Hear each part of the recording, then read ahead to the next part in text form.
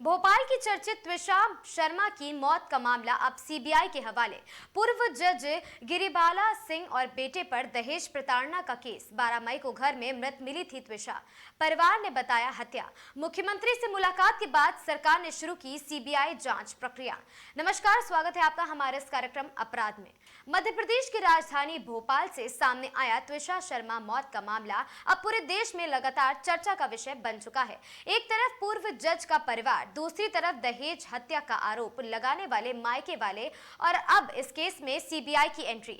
सवाल सिर्फ इतना नहीं है कि त्विषा की मौत कैसे हुई, बल्कि बड़ा सवाल यह है कि आखिर उस घर के अंदर ऐसा क्या हुआ जिसने एक हंसती खेलती जिंदगी को मौत तक पहुंचा दिया।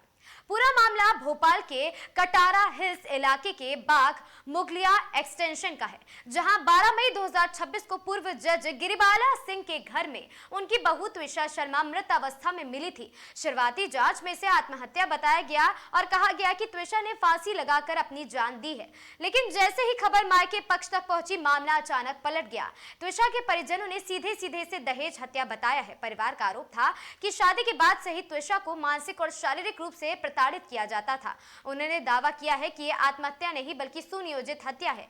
मामले में तब और भी तूल पकड़ लिया जब परिजनों ने पुलिस में जाकर सवाल उठाना शुरू कर दिया। उन्होंने कहा कि क्योंकि मामला एक पूर्व जज के परिवार से जुड़ा है, इसीलिए निष्पक्ष जांच के लिए किसी बाहरी एजेंसी की जरूरत है।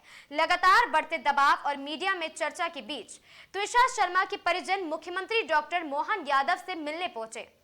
मुलाकात के दौरान उन्होंने पूरे मामले की निष्पक्ष जांच की मांग रखी।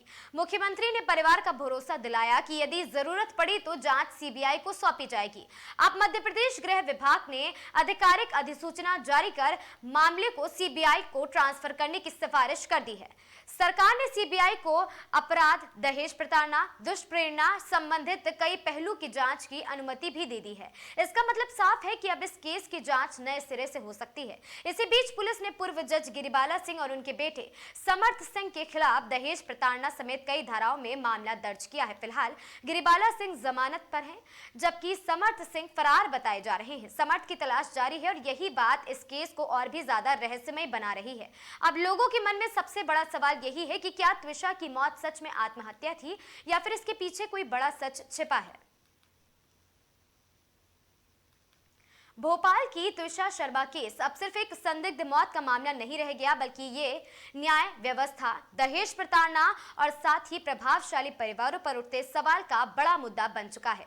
अब सबकी निगाहें सीबीआई जांच पर टिकी हैं, क्योंकि इस जांच से तय होगा कि त्विषा की मौत के पीछे सच्चाई आखिर थी क्या।